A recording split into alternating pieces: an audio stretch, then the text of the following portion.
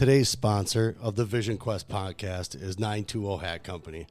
Leather patch hats are in, and 920 Hat Company is here to hook you up with your very own custom hat. All patches are lasered on top-grade genuine leather and on popular brand hats like Richardson and FlexFit. Whether you're looking to show off your business or want a one-of-a-kind hat for yourself, 920 Hat Company can do it all. All the hats are handcrafted right in the Fox Valley, but worn across America. With over 500 hats in stock, they guarantee fast turnaround times. Honestly, Liam, looking at these hats, solid, right? Yeah, they're pretty. I like them. I like that patch itself. Oh, yeah. I mean, one-of-a-kind stuff. I know his name's Trevor. He does great work. He's actually gotten I think we got a knit hat coming. I think so, yeah. Yeah, we got that coming. So we're really excited to have these guys on board as a sponsor. So get down to check them out on Facebook. I believe they're on Instagram. Check them out, man. They got the best hats, I think, in the Fox Valley, if not in the state. Yes, sir. Yes, sir. So get down to 920 Hat Company on social media and check them out.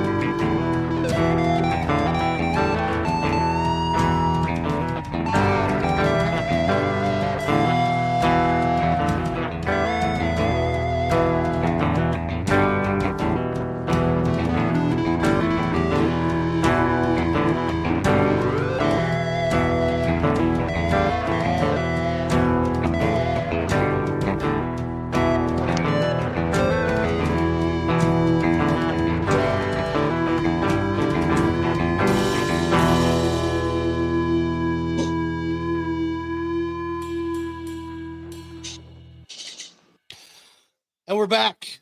We are back. We are back for another episode of the Vision Quest podcast. We are gathered here today. It almost sounds like church, right? We're gathered here today. And for all those who went to church on Easter, this is not church. We are here for another episode with a very special guest, Pat Lugo of the Iowa Hawkeye Wrestling Club, formerly Iowa Hawkeyes. Appreciate you joining us, man. How you feeling today? Feeling good. Thanks for having me. Not a problem. Not a problem. You and I kind of talked a little bit before this, and everybody kind of knows the premise. So I know you got a practice to get ready for. So Let's just cut to the chase, man. Let's talk. Liam and I have watched you since you got to Iowa, man. We've loved watching you. Everybody is no stranger to us. We're Iowa fans. So anytime, Iowa does something bad, hey, what are the Hawkeyes doing? Whatever, dude. Just zip it. So we're here to have fun. We're here to have fun and kind of have Pat tell us your story. So as we go through here, we're going to ask questions, like I said, Pat, and, we'll kind of a flow, things like that. But this is going to be from beginning to end. So let's start off from the beginning. What kind of things do you remember, the first kind of sports and things that you started out doing? Was it wrestling or was it something else that you kind of got the athletic feel? So I definitely remember wrestling first. I grew up doing other sports like football and soccer. The earliest memory I could have for wrestling was getting my first pair of wrestling shoes. Nice. I remember my dad gave them to me, and he told me that they're gonna make me faster and stronger. So I was like, oh heck yeah! And my first thought was like, now I'm gonna be faster and stronger than my older brother.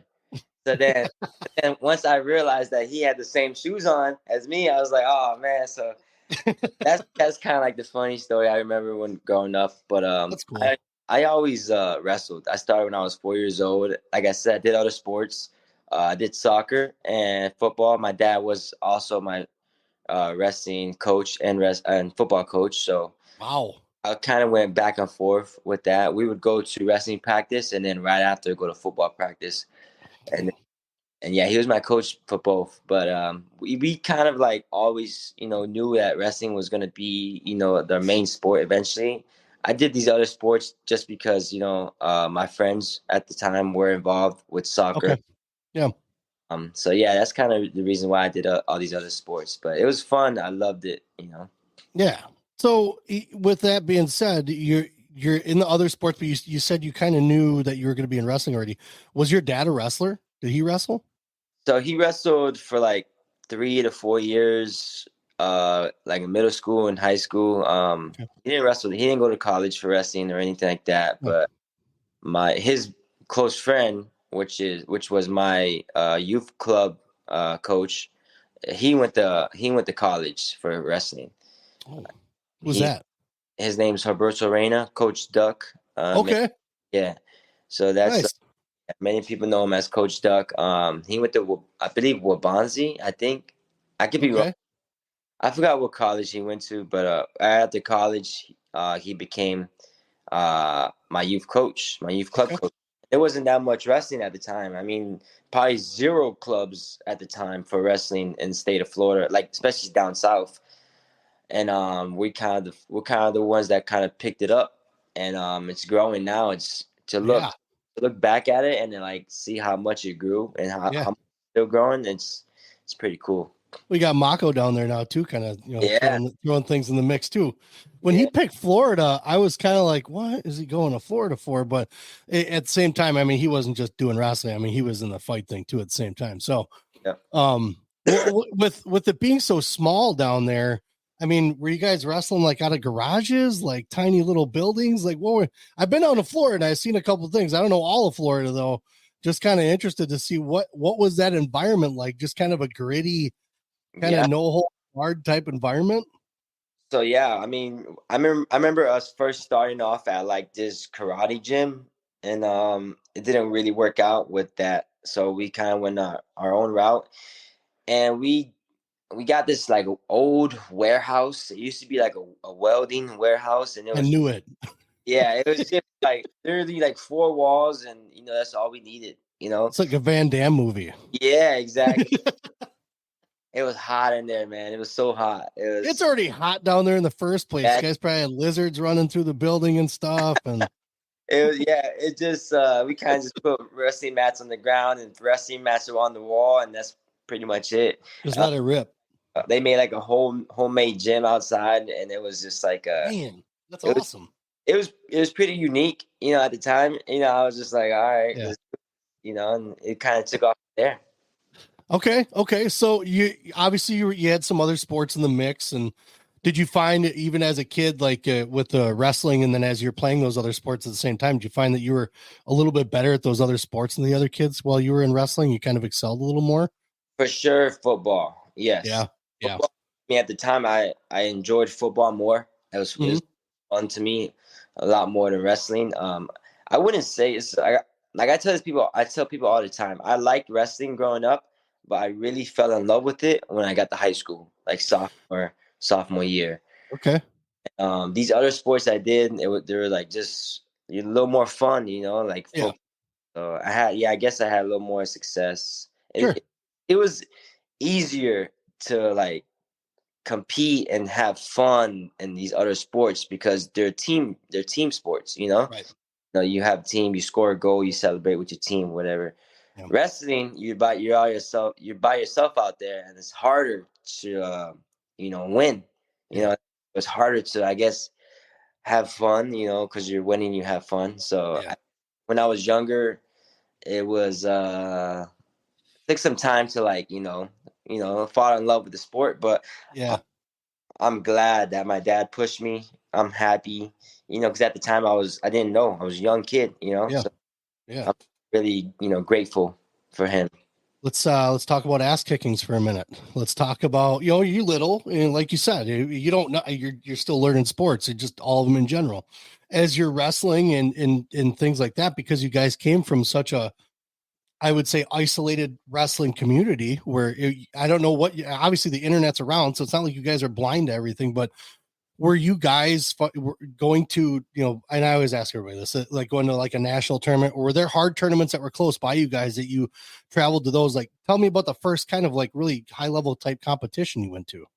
So we used to go to a few national tournaments growing up. Okay. We had to raise money to go over there. There was times that we would drive from Florida all the way from Miami to Tulsa Nationals, and it was a long drive. Cutting weight on the way up there wasn't fun, and I would go. I didn't have much success growing up. My little brother had a lot more success than me. He actually won a few Tulsa national tournaments, and I would go out there and go 1-2 or 0-2, and it was just like, man, I came all this way, and my dad would be pissed. Like, yeah, but it was definitely a struggle, starting off, and as I got older, I just learned that if I work harder, myself, I'll have more success. But yeah, it was definitely like harder in the beginning for me. I found more success in high school, and so on in college. But So yeah, you talk about siblings. You got an older brother and a younger brother. How many siblings do you have? so I have 3 siblings. Younger brother, older brother, and then my sister. She's the oldest out of all of us. So yeah. Oh man, so she was your protector, Yeah, right? I guess. Yeah, we used to wrestle like in the living room and stuff, so it was pretty funny. That's awesome. So I talk about being an Iowa fan. Obviously, we know Tom and Terry wrestle with each other all the time and things like that. So, but did you guys find an advantage of having each other as siblings in the same sport, being able to work with each other? Or were you guys just so different in size that you couldn't? It didn't work out. It was just kind of like play wrestling. Or did you have a practice partner as a sibling? No, I didn't because my older brother was a lot bigger than us, but my younger brother, we were kind of the same size. But we would fight so much. Like we didn't even wrestle. Like we weren't even learning. We would just, fight. So we were always separated. Exactly. Yeah, we never really, drilled with each other or like wrestled live. We were always different groups, but we were more on the mental side. Like, hey man, like you got this. Like ready for this match. But we were never like partners. Yeah. But yeah. I get it. Totally get it.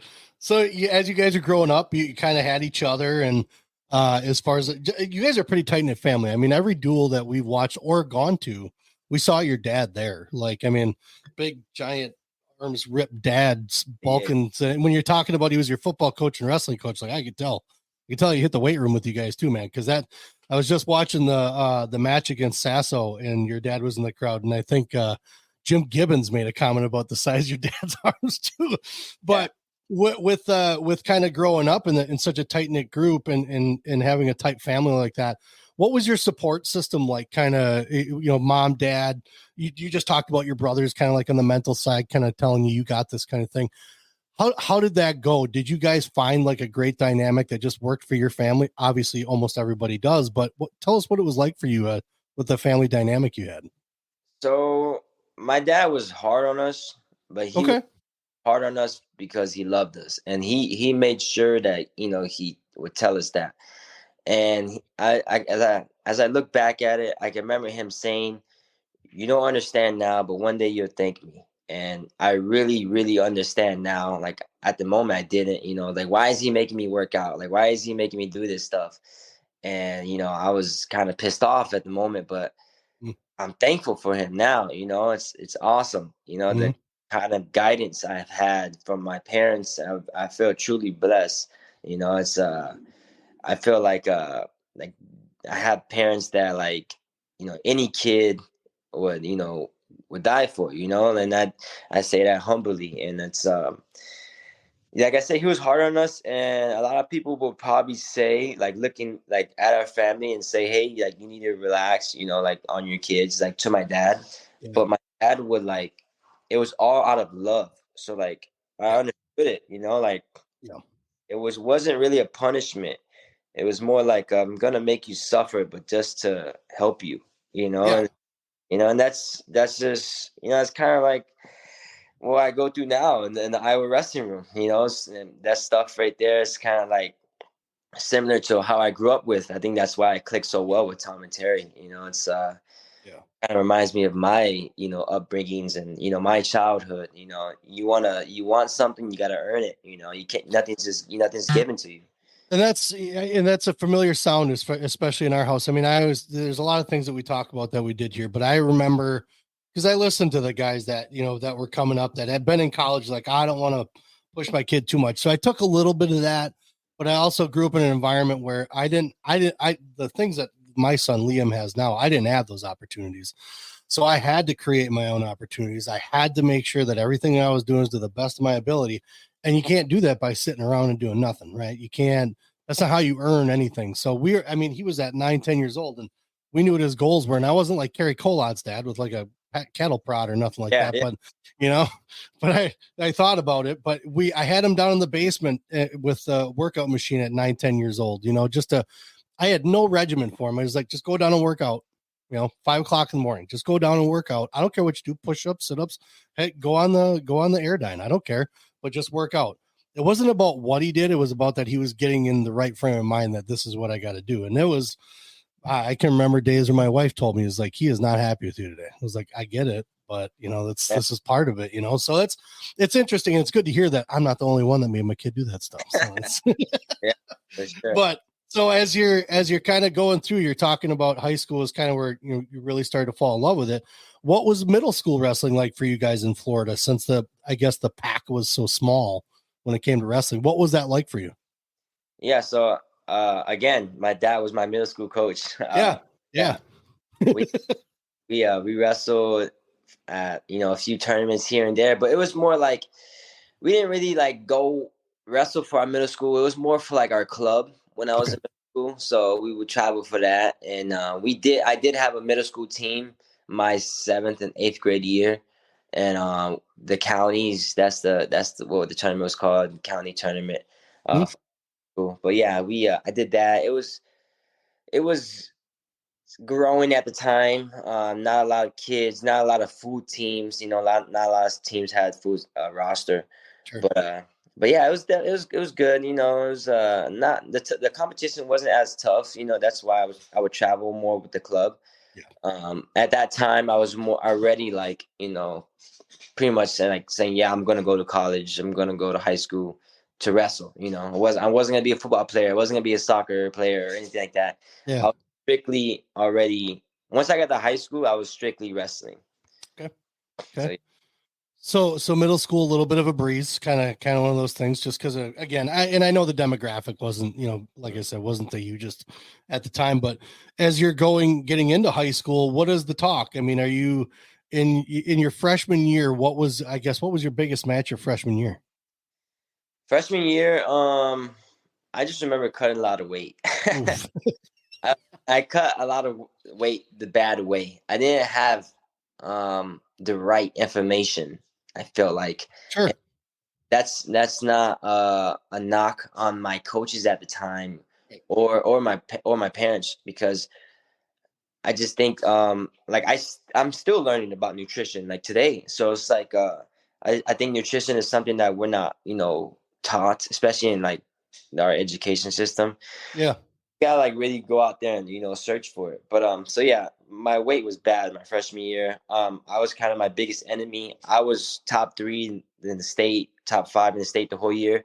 I ended up not placing at the state tournament just because I was like cutting weight so bad. Like I did not enjoy that process throughout my So what were you walking around at? What were you cutting to? I was cutting to 106 and I was walking around like 120. So, damn. And I did it terrible. Like I would eat so bad. Yeah. It was just like I was just like working out to make weight. I wasn't working out to get better. And it was just like I became a weight cutter instead of a wrestler. You know what I mean? It's like sure. It was just sucks. Yeah, just bad. Like the freshman year, I was just like, this is not fun. This is done. Yeah. But so what's that? But things changed quickly my sophomore year. So yeah. Okay. Let's talk about that. You didn't place your freshman year. I mean, Liam didn't have his freshman year that he wanted either. But learning curves, right? Yes. Were you guys kind of? Did you? I don't know. Did you somewhere along the line going into your sophomore year? Were you finding out a little bit more about nutrition? Yes. A little. Yeah, a little bit here and there. Honestly, the best thing was just me going up a weight. I went from 106 to 132 in freshman and sophomore year. So I was and I waited like 145 at the time. So I was still cutting weight. Woo, man. I think cutting weight so bad, like after the season was over my freshman year, I was just like, I'm getting heavy. I don't care.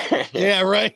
But that helped me, it's like, and then I stopped worrying about cutting weight. I stopped, I just started eating a little healthier, stop eating, certain things, and it helped my wrestling, helped my mind a lot. And I went 132, and I had a tough weight class. I had a bunch of seniors at my weight class at the time. So my senior year was definitely a big step. I mean, my sophomore year, definitely a big step for me. Did you find yourself, I guess, leveling up because of that now? Like, because you said it was a big year. Were you getting better practice partners as well? Were you finding yourself being able to spread out a little bit more with who you had in front of you, kind of thing? I think my mindset just changed. I had the same. My mindset just changed. Like I said, I wasn't worried about cutting weight. I was worried about working hard. I went to Fargo that summer after my freshman year, and I ended up getting second. And then I realized, like, like I don't have to cut weight, and I just work hard and believe in myself, and then what else can I do? So it kind of took off from there. I went to my sophomore year in high school. I got third, and I still didn't get what I wanted, but it's fine. I was like, I had a tough bracket, blah, blah, blah. It's fine. Just keep working hard, keep doing what you're doing, and, you'll find success in the future. What you talked about mindset, kind of your mentality kind of changed. What do you think brought about? I mean, obviously your freshman year was rough, but what got you to that point? What type of things were you doing to change your mental, mindset and everything like that? I think a lot of it was just getting the distractions out of my life. Kind of helped me clear my path, like what's really important here, what do you really want to do, with your life. And I think once I've, got like those bad apples, out of the way, and it kind of just made sense to me. It just clicked. I don't really know how to explain it. It was more of a feeling, just like you work hard, you stay tough, you stay in there, you'll find success. And, and I just felt like the need to work hard was a must. I it was kind of like my drug. It's like work hard. It's like it made me feel good. If I go and I started making goals for myself. Like even at practice was like, I'm gonna work out hard, like so hard today. I'm gonna try to break, this guy, whoever I'm with, or I'm just gonna see what happens. Like I remember walking into practice, was like, just see what happens if you just work hard for the next 2 hours. Like let's see what happens. Like let's see. Like I was just excited. It was like exciting to me. It was like I was curious. Like would you pass out? Like would you throw up? Or like would you keep going? Like what happened? Like I just wanted to find out. And I always I always had this satisfaction feeling after practice. Was like, man, you worked hard today. Now you can rest. It's like most kids aren't willing to do that shit. Like most kids don't know what it's like to find that dark place. To put themselves in that dark place, I should say. Where in a match, someone's got to put them there, and then they don't know what to do. Whereas you're starting to put yourself there, like, all right, let's see. I want to see how far I go before I pass out, throw up, fall over, whatever it is. And that's pretty impressive to be able to kind of, and yet obviously we know you had your dad alongside you to kind of help you with, but I mean, obviously you guys probably talked about certain things and whatever mental state you were in. And so as your sophomore year, kind of came to a close, everybody wants to be a state champion, right? I mean, you want to wind up on top in your state, but what kind of goals did you set for yourself going into your junior year? There was Fargo, things like that. But what type of like little goals were you setting for yourself to, I want to at least, place here, or I want to, because winning aside, I mean, realistically, when you know where you're at, I want to win it, but I'd be good if I did this, kind of thing. Were you placing yourself in those positions, or was it just something that you were just like, nope, I'm just going, you didn't care where you're going, how you're going? Is that kind of where you went into your junior year then? So I definitely set a goal besides winning. One of the goals I had was not get taken down for my Okay. team, my junior and senior year, and I ended up accomplishing that goal. So that was good. I remember, and then I ended up taking it a step further. Was like, all right, let's not get taken down in practice for the next 2 years. And then I was like, and that ended like the first 2 weeks. But it was fine. I think setting these goals, even if you don't accomplish them, is the journey that matters. Sure. Correct. Even if you don't accomplish this goal, that's fine. You learned so much, you grew so much as a person, as a wrestler, or whatever. So it's like I gotten better. Even though I didn't accomplish what I want to accomplish freshman year, it helped me for my sophomore year. So on, so on. So yeah, it was. I definitely another goal I made was to win Super 32, and I remember at the time me telling my friend I'm gonna win Super 32, and then he laughed, and I was like, all right, that means like this goal is a good goal to have, because if they're laughing at your goals, then that's a good thing. Yeah. They don't think that you can accomplish it, and it's like, all right, I'm gonna prove you right. wrong, whatever. So yeah. That's right. No, let's talk about, because around June 15th, 16th, colleges can start making phone calls and contacting guys. Were you getting any after your sophomore year? No, I didn't really get contacted by colleges until my senior year. Okay. Well, we'll get to that. We'll get to that because I want to see if there's some important stuff that happens in between there. So junior year, mindset changes and you set your goals. How many of the guys that you wound up wrestling from, like, I would say your junior and senior year all the way through college, how many of the guys that you wrestled in high school did you wind up wrestling in college? When it comes to like the state of Florida, I don't think any. Okay. Well, how about like when you got to like Super 32s and things like that? Oh, How many of those guys? for sure. I remember Max Thompson. Okay. Times in high school, then in college. I can't remember any at the moment. I think Hayden Hidley. Uh, maybe I remember wrestling him in high school, but I don't think I wrestled him in college. But these guys that are like are pretty well known. Yeah. Few other guys I can't remember. Oh, Freddie Stroker. Oh yeah. Larry Early. A few other guys. But like what really happens, a lot of guys that I wrestled in high school end up, falling off in college. And then guys that I wrestled in college didn't really have success in high school. And they kind of like springed in college, if that makes sense. Yeah. Yep. So, Okay. So junior year, did you accomplish any of the things that you set out to? yeah, I was able to win the state title, and No takedowns? no takedowns. No takedowns. Fargo that year, I didn't win Fargo. I think I got like 4 for 5th. Were you all American? I All American, yeah. Still impressive. Okay. And then Super 32, I believe that's when I wrestled Hayden Hidley. I think I got 3rd or 4th, I think. Okay. So, yeah. Nice. Okay. So as you're going through your junior year, kind of leaning into your senior year, what are your thoughts as a kid as you're going through that transition of, I mean, a lot of kids are becoming men at that stage, where you're kind of having a little bit of a turn from boyhood to getting into manhood a little bit more. What are your thoughts kind of going into wrestling and if you're thinking about college, what are your thoughts? Like, what were you kind of thinking as you're going? Were you trying to contact colleges like, hey, I'd really like to go here? What were you kind of going through into that transition into your senior year? So, yeah, I definitely knew at that time that I wanted to wrestle in college. Right.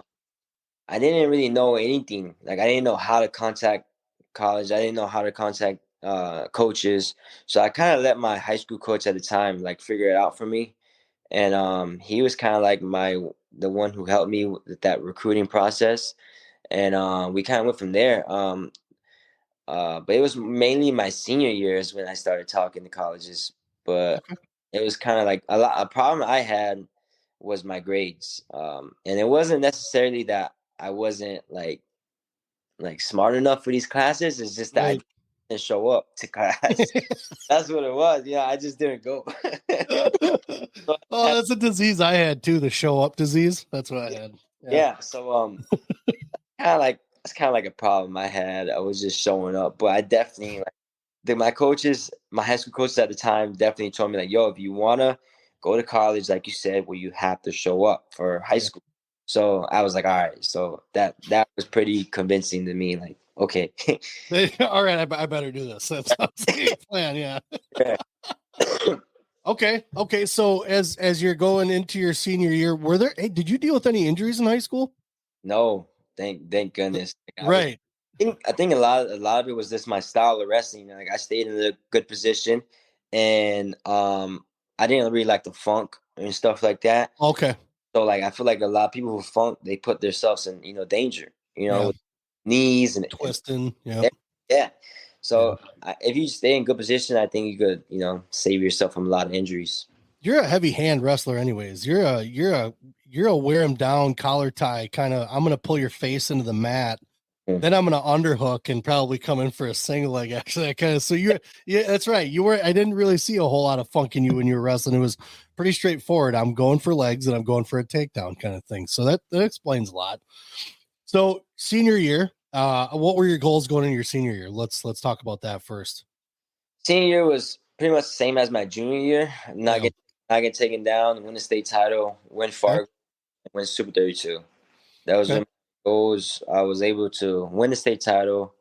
I didn't win Fargo. I got second that year, my senior year, and then Super 32. I got, I think, third again. I can't remember. It's a tough tournament, man. Yeah, it's easy. Sure, for sure, tough tournament. You're talking about Hayden Hidleys and stuff like that being in there. You're not dealing with slouches, man. Exactly. Yeah, no joke. Third or fourth, something like that. Okay. So senior year, you're as you're going through your high school season, what were some of the highlights from high school wrestling that year? Definitely like celebrating with my team that we won the state title. Team wise, you did too. Say that again. Team wise, you did too. Yeah, we won as a team. Yeah. Nice. Okay. We actually, my senior year was pretty crazy for my high school. We won it for wrestling, baseball, and football state titles. Oh shit! We had like a parade, and it was pretty cool. That's awesome, man. So that was a good year for that. But Liam's team I think their baseball team has won it 3 times. I think they're going for 4. Liam's team just won it 4 times. Nice. And I think there's another sports team. It's kind of the same thing where they were going for a state championship as well. So that's crazy. That's a fun time, man. As a kid, you guys everybody's watching you. You guys are probably all over the news and everything. It was pretty cool. And then we ended up having like a big party at the end of the year. Like all the teams were there, and it was a good time. That's awesome. So you guys had a great year. And we talked about earlier about this is where the context and stuff started to come a little bit in for colleges. So who's throwing some information your way saying, hey, we like what we're seeing. Who are you hearing from? So at the time I got contact from Iowa State, NC State, Edinburgh, Virginia Tech, and a few other schools. I think that was pretty much the other schools were like NAIA and stuff like that. But yeah, no slouches, man. I mean, you're getting some good contacts, dude. Sure. So it's interesting though, because you only took 2 trips. Yes. You went to one place in Arizona called Grand Canyon State, I think it was. Mm-hmm. That doesn't even exist anymore. Well, school might be there, but they don't have wrestling, that's for sure. And you went to Edinburgh. Okay.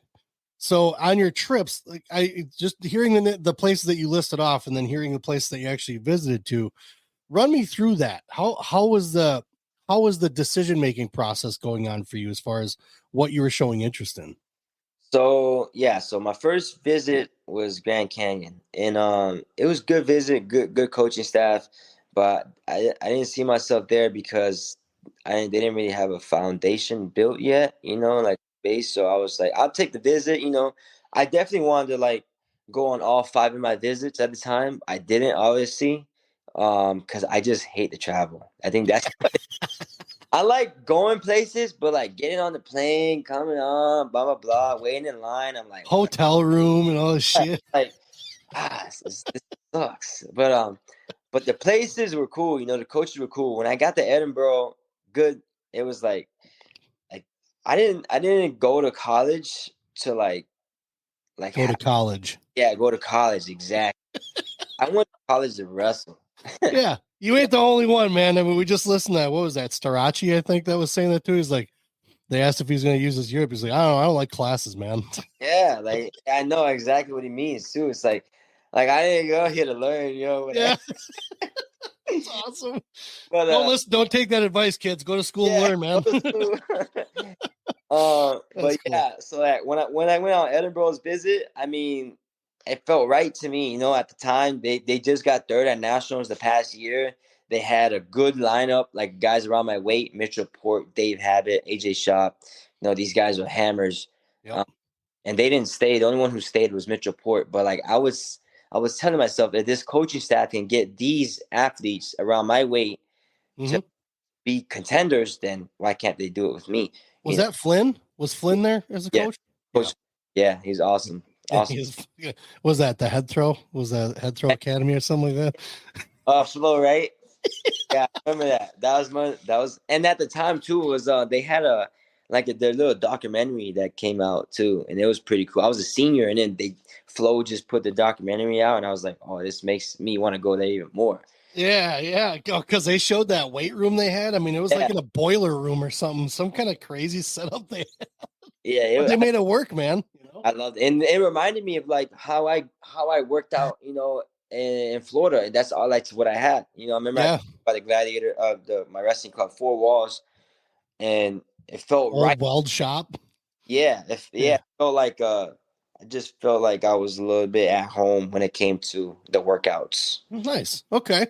All right. So your senior year, you got to look at things. You kind of, I'm sure if you meet a staff like that, especially with Flynn, I mean, I'd be sold pretty quick too, because you talked about a foundation, and those guys, they build foundations as soon as they get somewhere. So, I mean, you're walking into a pretty solid room. You just mentioned Shop. I mean, that guy was the riding king of NCAAs for when he was in college. And, you know, Liam's learned a lot of lessons from him too. But so now your senior year was great. You guys had fun. You picked a college. Now you're off to college. What was your plan, since we talk about academics? What was your plan going into college? Were you like, I'm going to take a cooking class? I'm going to take this. So what were you kind of thinking when you got to school? Was it a little harder than you really wanted it to be? So I was kind of like on so first of all, my major at the time was special ed and and history. And I think the reason why I did that, because that's what my high school coaches were. And I was just like, all right, yeah, sure. I didn't really know, you know what I mean? So I was just like, sure, I'll do this. Again, I don't care to wrestle. I don't care about but that changed when I went to Iowa, but we'll talk about that. Yeah, we'll get to that. So because I know that you wound up, I mean, obviously you guys had a decent competition schedule. But what were in season, not the postseason, what was kind of like the hardest part of the regular season for you? Was it still the weight thing, or had you kind of figured that out already at that point? No, I definitely figured it out. The coaches at the time, I think the workouts were just more intense, so that kind of helped my weight out. I was learning from a heavier weight that was on the team. His name is Vic Avery. He really helped me a lot when it came to nutrition. And Mitchell Port too. You know these guys. They tell me what to eat, when to eat it, and you know how much to eat. You know, because at the time it was 1 hour 1 hour weigh-ins for do meets and tournaments, and it's like you can't eat too much because your stomach's small. Blah blah blah. And that's something I didn't know. In high school, I would just stuff my face right after weigh-ins, and that's not the case. That's not what you do. Doesn't work. Doesn't work exactly. So it helped me a lot when it came to my weight. Okay. So you had that kind of figured out. And then what was I guess, because I guess I can't say I've ever watched like Edinburgh's schedule. What was the toughest match you had your freshman year? Freshman year, I would say I probably at the NCAA tournament, but Sorensen? Who? Sorensen? No, that was my sophomore year. Oh, was it? Okay. So my freshman year, I think Zane Rutherford was definitely my toughest match as an NCAA tournament. But we had a good do meet schedule. Yeah.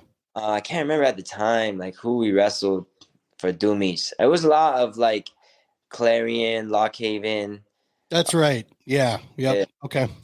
BJ Ryder, he was a good opponent. BJ who? BJ Clagan. Oh, okay. Okay. Yeah. Yeah. Yeah, from Nice. Ryder. So you got the NCAAs your freshman year. You didn't redshirt? No, I didn't redshirt. I was right. Yeah, and then I didn't want a redshirt. Honestly, my Coach Flynn asked me, "Do you want a redshirt?"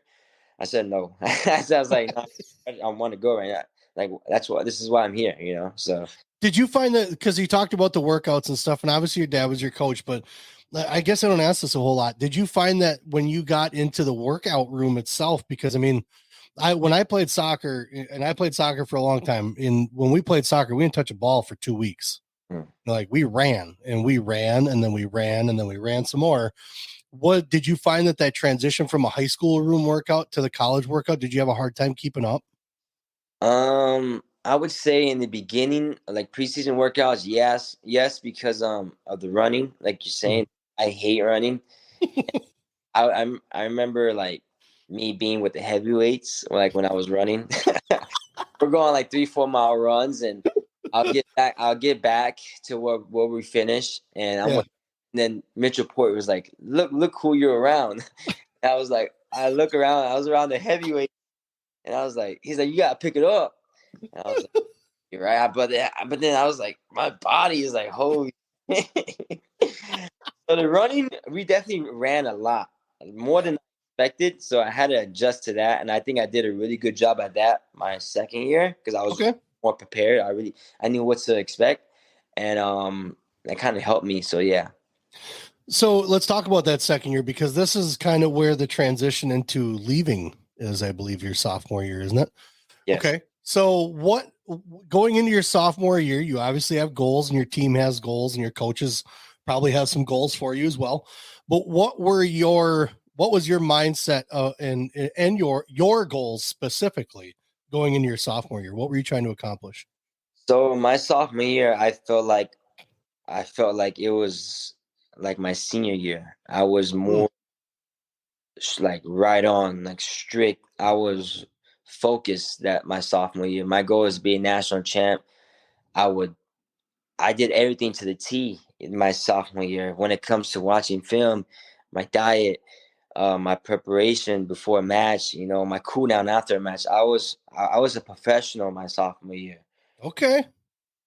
And it didn't work out the way I wanted to, and it hurt me, but I learned a lot. So that's the year I was able to wrestle, these high caliber guys like Brandon Sorensen and Anthony Colica and these other guys. I believe my sophomore year I was a contender to win it. So I believed in myself, and I was just full head of steam, and it was a great year. I learned a lot, even though I didn't accomplish my goal, it doesn't really matter because I grew so much, Yeah. So yeah, you got to be able to take something away. I mean, there's always something to be able to take away from something. So exactly. When as far as the goals weren't reached, were you talking about just getting the NCAAs? What was your ultimate goal? My only goal was to win a national title. Wasn't to beat anyone specifically. It wasn't to make it to the NCAAs. No, I want to win. Okay. I'm here. So. Yep. So yeah, anything less would be disrespect towards myself. Sure. And the energy and time you put into your craft. Exactly. Okay. So things didn't pan out in your sophomore year. So what were your thoughts? I mean, what were you deciding? I mean, this had to have been something that was going through your head at least halfway through the season. Mm-hmm. At what point were you like, I think I need a change. I need a change of environment. I'm doing this. Was it something that I'm doing this and I don't feel like this program's going to get me there? Or you just feel like maybe this is the wrong environment? Like, what were your thoughts going through your head as that process started to kind of roll and started to take a shape? So I never blamed my coaching staff. I never blamed my environment for my success. It was Okay. it was always all on me. Mm-hmm. And so how this process went down was I found out that my head coach at the time was looking for another job, and he was looking for another job. So I told myself, I actually called my dad and told him, and then I told him, well, if he wants a better opportunity for his family, I respect that. I also want a better opportunity for me, you know. So that's kind of the way I told him, and you know, I sat with him and the rest of the coaching staff, and it was a hard meeting, and you know, it was I remember like my back sweating during the whole meeting. It was It's just gotta be nerve-wracking, man. Yeah. exactly. So like it was definitely a hard time, you know, for me, especially as like a young, you know, college athlete. It's like, what am I doing? Like I honestly wanted to stay, but then I had people really, really close to me you know, trying to push me to, you know, find other options. You know, like Iowa, Oklahoma State, Penn State, Ohio State, you know, these other schools, you know, my dad was really someone who like convinced me to like take these visits because I feel like I'm a loyal person, and then and these other schools weren't looking at me coming out of high school. You know, the schools that were looking at me were Edinburgh, obviously, and Mm-hmm. I want to stay here with this team, you know. But I just didn't see the bigger picture, you know, at the time, and I'm glad that my dad, you know, convinced me to, you know, take a visit here or whatever, because like i'm I'm obviously I feel like I made the right decision, you know, to transfer. Oh, well, we definitely think so. We thought because we so it was kind of weird when we had season tickets to go watch Hawkeyes, right? And we kind of heard some news about a new guy coming in. And we're like, oh, what the hell is going on? Who's this new guy? And we had no clue. When we're pretty close to the Cassiopes. We travel quite a bit with those guys doing dual teams, things like that. And they kind of wound up kind of squeaking out a little bit of like what was going on. And I was like, oh, really? So we looked you up, and I was like, man, I don't remember seeing this guy anywhere. I was like, who's this Pat Lugo dude? So you know, we got exposed to you, and the way Liam wrestled at the time, he's a little different now, but the way he wrestled at the time was a lot like how you wrestle. I mean, very heavy handed, very physical wrestling, very straightforward because he was young yet. He wasn't into funk and everything else like that. So he was still straightforward. So we got really excited when we saw you wrestling. We found out you were coming to Iowa, but what was the process like? Because this is a whole different thing that some of these high school guys don't know about. Yeah. When you're, you know, obviously it was just a thought. You're like, hey, I'm gonna check out my options. Were you making phone calls? Were you emailing coaches? Like, how was that process for you to try to find that next place for yourself? So it was hard because, like you said, the rules were different back then. There was no transfer portal. There was nothing. So what I had to do was I had to meet with my coaching staff and the athletic director, and to get permission to speak to these other colleges, the other coaches, whatever. Um, they first denied my permission to speak, so I wasn't even allowed to, you know, contact these other schools. But as this process went on with me and the University of Edinburgh University, I ended up getting a lawyer at the time to help me fight what was going on, whatever.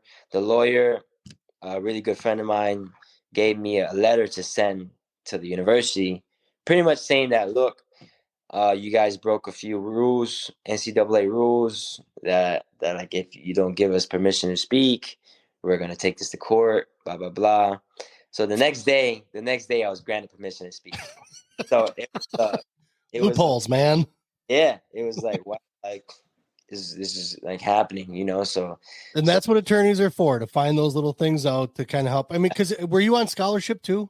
yes, I So was. that's, I mean, that's a whole other situation. You know, that's a different type of gig. And I always talk about this with a lot of guys because you guys are going into college. You guys are 17, 18. And you're making an adult decision Yeah, for the next 4 years of your life. And I'll be honest, there's a lot of contracts I never read and just signed, right? And how many people are going to pull up, get your scholarship contract, whatever it is, and you're just going to be like, okay, cool. And you're just going to sign and date it, right?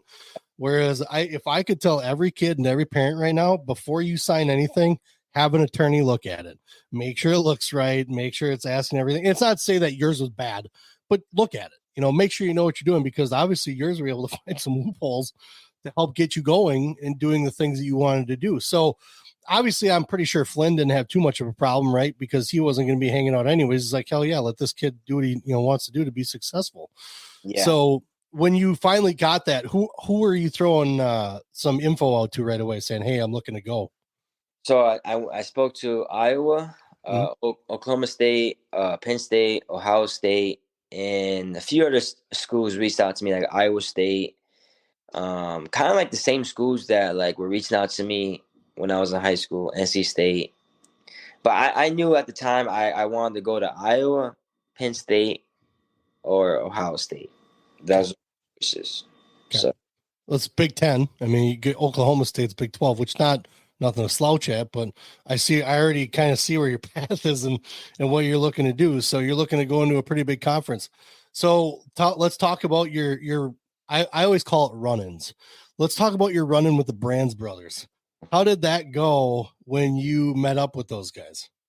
So I flew into Iowa, went on my visit, and the memory that pops up in my head right now is we met at a breakfast restaurant, Bluebird, and sounds brandsy. Sounds very brandsy. We met there, and it's funny because like at the time I couldn't tell the difference between Tom and Terry. So who can? I was like who am I speaking to? Like I don't know. I didn't want to like ask, So there was a table there. The whole coaching staff was there. The weight training coach, the trainer, Morningstar was there. Whatever, they're all there. And there was just one. There was two seats open, one for me and one for my dad. And then we sat there, and I'm the type of person, especially at the time I was younger. I didn't speak much. Like I only spoke if someone's asking me a question or something. So I was quiet the whole time. I kind of like wanted to read the room, before I show my own cards. I feel you, yeah, for sure. So I didn't realize that Terry was behind me because he was at the bar, like sitting at the bar, and we were at a table. And I was wondering like where's the other one at? I was like, who is this? Tom or Terry? It was kind of funny. And then whatever, we're talking, and then whatever, someone speaks behind me. I look behind me and it's Terry. I was like, I didn't know he was there. Sneak attack shit. Yeah. What's going on? But it was a good visit. That's the one memory I had. I had like 3 hosts. I had Michael Kemmer, Paul Glenn, and Cass Wilkie were my hosts, and they were awesome. We had a good time. We ate a lot. I remember going to breakfast, lunch, and dinner, which was good. It was cool. And then that, and then they'll show me the nightlife at night. My host. So it was a good visit. After the visit, I didn't sign there. I didn't do anything there yet. I didn't. So I went home after that. At the time, I was already back in Florida because I left Edinburgh and I didn't go back. So I was ready. I flew back home, and then a few weeks later, maybe a month later, Tom and Morningstar flew down to come see me, and they see me to get me to sign pretty much, and whatever we met, and then from there I flew back with them to Iowa. And so you made no other visits. You visited Iowa, and that was that, man. Yeah. Well, you are a loyalty dude. I'll give you that. You are a loyalty dude. Yeah. Hell yeah. Okay. But yeah, so I mean, at the time too, like these other universities kind of like lost their interest in me, like because I was speaking with Oklahoma State, I was speaking with Penn State, but they kind of went with their own guy. Sure. I think the reason why Iowa wanted me was because I wrestled Sorensen the year before, and Sorensen had 1 more year left to graduate, and I had a redshirt year left too because I didn't redshirt at Edinburgh. So that's right, yeah. Perfect sense. And I was like, let's do it, man. Like, I hate traveling too again. So I was like, all right, let's do it. So I just flew back with them. I remember going back with them, and it was already like time for their summer camp schedule. So I went right into summer training with them, and to get me ready for my redshirt year, and the rest of history. I like to think that Terry was calling all the other coaches and telling them, back off. We got them. Otherwise, I'm going to come and find you and take your legs out. Yeah. Which is funny. I had a visit scheduled to Iowa State, and I didn't go to it. I mean, I had 2 visits scheduled to Iowa State, and I didn't go to both of them. One was I was in high school, and one when I was transferring. Well, you really screwed the pooch on that one, right? You kinda... But which was no shows. Yeah, it wasn't that bad because the coaches changed, you know. Yep. So like dresser. Yeah, dresser. So yeah. That's awesome. 2 visits. I didn't even go to those. I was just like, whatever. That's cool. Exactly. Well, you seem like you know what you want. You know, like when something is presented to you, if it appeals to you, you'll stick with that. Like, but if they're, like you said, in that meeting, you were kind of quiet. You're kind of sitting over in the corner a little bit and just kind of reading the room more. But I think it's hard to just read the room with the Brands brothers around because they find a way to get you to be who you are somehow, some way. It seems like it doesn't. I'm sure other coaches have great qualities, but I've watched these guys forever since they were like in high school. So it's just kind of knowing how these guys operate. I'm not surprised that one of them was sitting at the bar and like turns around and says something like, holy shit, what the hell's going on here? So you're sold. You're sold with Iowa. We were sold when you got there. I noticed the tattoos and I'm like, holy shit, this guy really likes tattoos, man. He's got them like all over himself. Yeah. And I know you were asked about these tattoos a couple times, but it seemed like it was pretty simple for you. You had something set up that you liked, and your dad was like, "Yeah, go get them." And you were gonna do a whole sleeve, and you wound up doing like half your body. Yeah, I mean, well, I didn't start this other tattoos I have until like I graduated graduated college. Oh, okay. Because I was like, I saw a couple other ones. I'm like, man, he's got them all over, dude. I thought it was just on the one side, but is there a little story behind the type of tattoo that you have? So the first one that you probably seen first, I mean, it was kind of like my sophomore year of high school.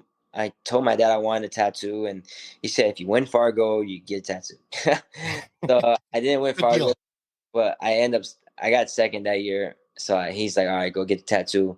And then I got the tattoo, and it was my whole sleeve and my chest. And then, me, my dad, and my little brother all did it at kind of like the same time. So we kind of have the same tattoo. And then the tattoos you see now is like something that I wanted more, like after I graduated college, and now I got my left leg is sleeved up, and my right, it is, my whole chest is tatted, and my both sleeves and my arms are tatted. Jeez, so man, a couple hours, a few hours. But it was I think I had this conversation with someone that like literally like yesterday, 2 days ago. He's like, I just love the feeling of tattoos. That's what he said. It was Nelson Brands. And loves the feeling of tattoo, like getting a tattoo. Yes. Freak. I know. And then when he said that, I was like, bro, I know exactly what you mean. And it's not even the tattoo itself, it's just the feeling of it. It's like I don't know how to explain it. It's like, man, you feel this pain, but you feeling the pain and fighting the pain is like a great feeling, especially like afterwards, like when the pain's over. It's like, I just went through that, it's like, that feels good, like. So I got a tattoo on my arm, and so I have a problem with needles, right? Mm-hmm. Like I pass out. So if I get a shot, I'm going to fall to the floor. So I got a tattoo on my arm. I'm like, it's a tattoo. It's not like getting a shot. I passed out getting the tattoo on my arm, right? So years later, I said, because 920 tattoo company, they sponsor the show, and I was like, I'm Irish, so I wanted a Celtic cross on my back, right? Nice. I told my wife I'm doing it. She goes, yeah, but you're gonna pass. I was like, I think it might be different. I think it's because I can see it. Yeah. Back here, I can't see it. When you're describing that feeling of like fighting through it, so like when they're going over my spine, it reminded me of someone with a hammer and like it just real fast over your bone kind of thing. So I sat there taking that. I was like, how can I take this? But I couldn't do that. And I got my whole back covered, like the whole scenery back there. But it kind of, the way you described it is just that feeling of getting through that is the best feeling. You're like, yeah, man, I did that shit. This is awesome. So that's cool. And it's even cooler that you did that with your dad and your brother. It's kind of it's a bonding thing, even though you didn't win Fargo and your dad I'm going to say it because I'm in Wisconsin. He's in Florida. Your dad kind of wussed out on it and said, okay, you can get a tattoo. Patricia, please don't beat me up. I swear to God, you'd probably kill me. But, okay. So you get to Iowa, and we obviously know you had some really, really good success, but let's talk about that. What was that, what was that like going from Edinburgh to that? Was that a big change for you? Yes, 100%. I think I took a mental step back when I first got to Iowa. And I think I was kind of like figuring out who I was at the time and, how I wanted my wrestling to be. Because I thought, oh, I have to be like, these guys to be here. And then that was not the case at all. I was in my head. They said, your style is Iowa style, whatever. Lugo style is Iowa style, his style, whatever. So I kind of like, I would say my confidence wasn't as high as it was like in the past my first year competing for Iowa. I put a lot of pressure on myself. The standard was higher standard. The fans, like everything just kind of waited on me, and I was just like, I wasn't really expecting, that weight because I was like, I didn't feel that at Edinburgh, and I guess the atmosphere in the room, was kind of like, whatever. So like, yeah, that changed. That changed completely my senior year. I think because when I go into a situation and I don't know what to be aware of, I kind of like lack a little bit. But once I'm aware of what's going to happen or how this workout is going to be, how the structure of it, I can work out harder. Yeah. So that's kind of like how it was my senior year. Like I already knew like what the run's going to be or whatever. You know? So yeah. So you got a pretty slick win, going against Sasso. That was, to me, that was probably, and I know you took a loss against him, but just seeing the win coming back from that, we noticed a difference just in you in general, just the wrestling that you had. And you could even tell because the way you kind of carry yourself, you almost talk to yourself when you're on the mat where things were a little tense and really close match. You're like, just kind of breathing it out. And you can tell yourself, you're bringing yourself down a little bit and you can see it on the mat, which is awesome because, I mean, to be able to keep that composure in a tight situation against a dude that's that good, that's impressive, right? So let's talk about your first your Big Ten. Like you win in the Big Tens. That's pretty big when you're talking about the conference that you're in. I mean, NCAAs are tough, but Big Tens. I mean, some guys are saying that the Big Ten tournament can be as tough as the NCAAs. But how was that? That was a goal, probably, obviously, that you had set. I'm going to win this. What was that like, kind of going through that tournament? That's a heavy hitter. Yeah, so my first Big Ten tournament was my junior year. I got third, and it was a good tournament. I lost Brady Berge from Penn State. Penn State, yep. And then I lost him second round. Ended up getting third that year. But yeah, good tournament. A lot of tough wrestlers, and it's like that composure that I have to like keep myself in. It's like the wrestling match inside the wrestling match, the battle inside the battle. It's like, you can't let yourself be your biggest enemy. If that makes sense. And it's like you gotta stay composed. You gotta stay relaxed, but be explosive at the same time, and be aware. And not be too anxious.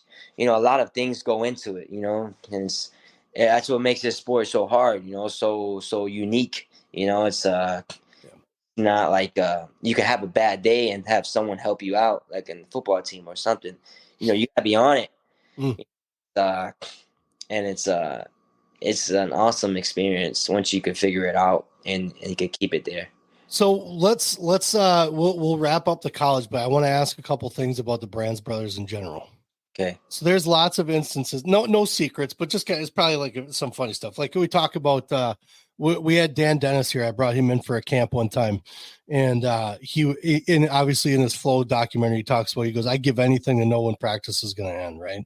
And Tom or whatever was like, yeah, anything, chop your arm off kind of thing. Like, what are some of the crazy things? Like, are they, I think they were a little more intense than they are now. Like, do you think that they may have do they tell stories? Like, I remember back when we first started coaching, we made guys do this.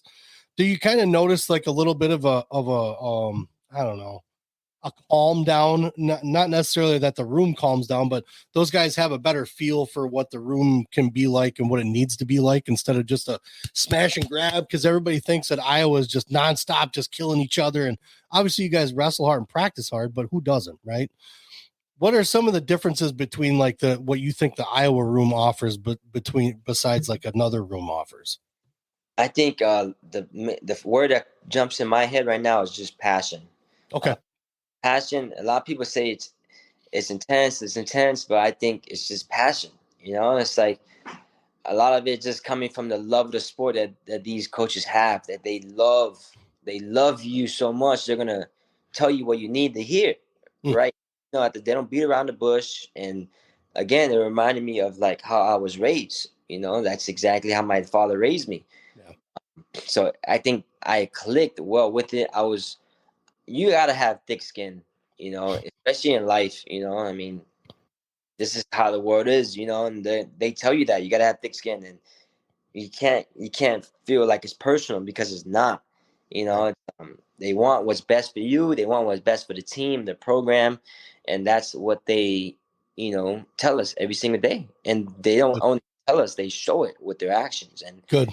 And it's one thing I can remember. I guess you call it intense. Was like we're running outside during preseason, and it was wet, so the mud got like all over our shoes, whatever. Oh yeah, slippery. Yeah, yep. So when we came inside, there was like right by the door of the wrestling room.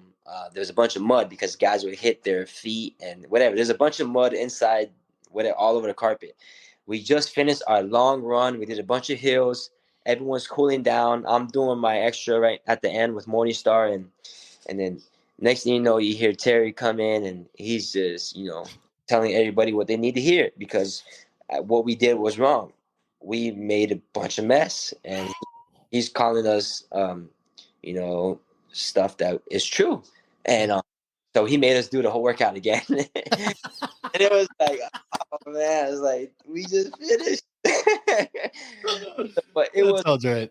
I mean, it's like some people would say, well, you're being too harsh. No, we're the ones that made the mistake.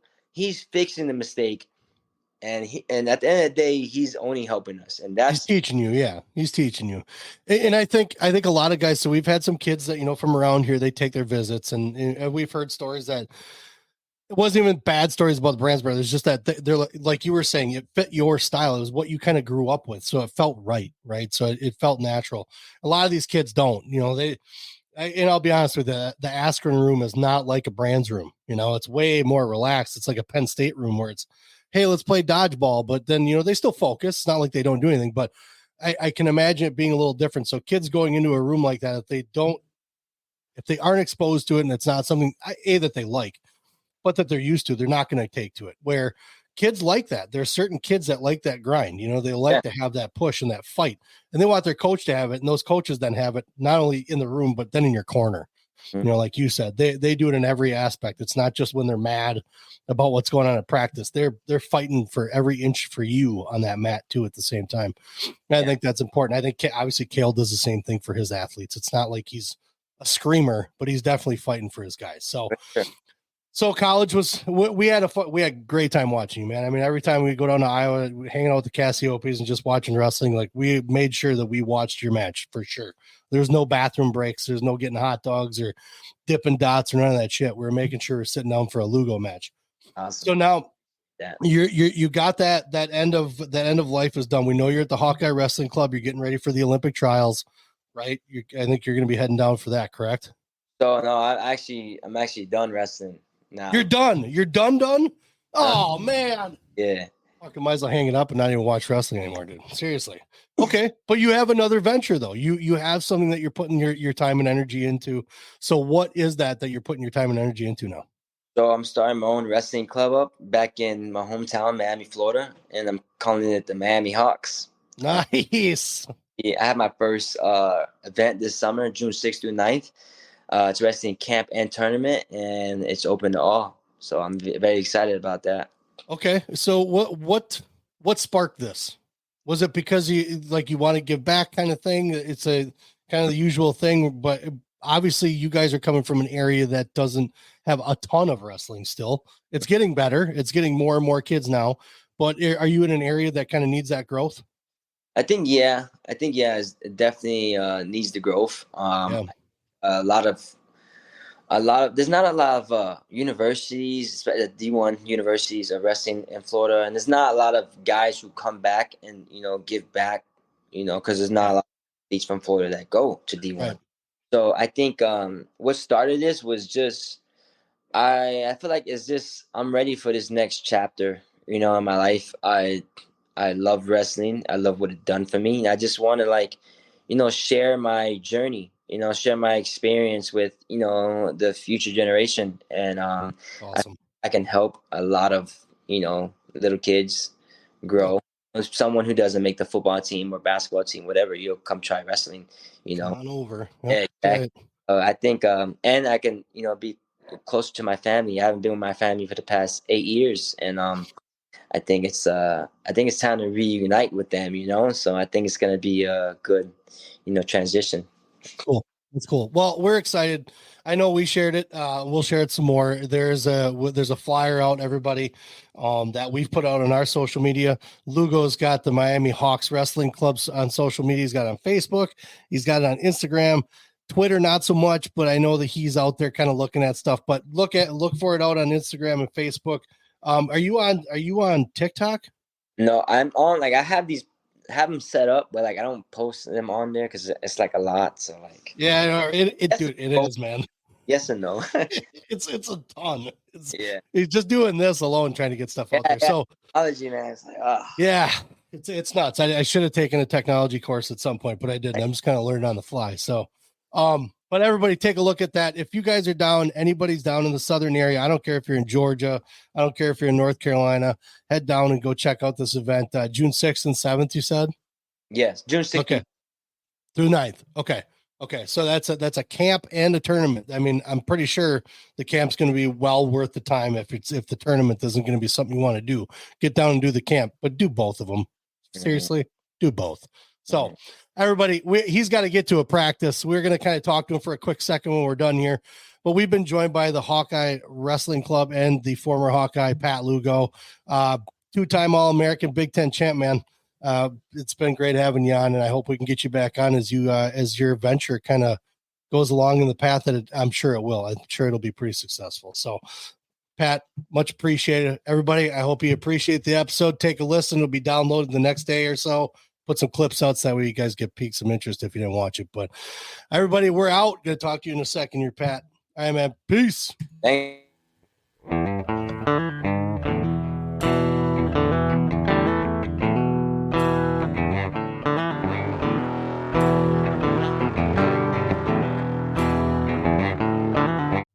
All of our episodes are brought to you by Appleton Tattoo, located at 117 South Appleton Street in Appleton, Wisconsin, right off the main drag on College Avenue. You can't miss them. I've had some work done. I have a Celtic cross that covers my back that was done by Jason. We're not done yet. Jason Winans and crew, the artists that he have there, those guys are the best in the Fox Valley. They are definitely one to go to if it's something that you've just been kind of throwing around. They'll make you feel comfortable. It's a very clean environment, very nice crew, and very willing to get done whatever you need done when you need it done. You can message them on Facebook. I know they're on Facebook. You can give them a call at 920-604-8289 and get in touch with Jason Winans and crew at Appleton Tattoo, located again in Appleton, Wisconsin at 117 South Appleton Street, right in Appleton. Very flexible hours, great crew, clean environment again. I would not send you anywhere else except for these guys. Appleton Tattoo.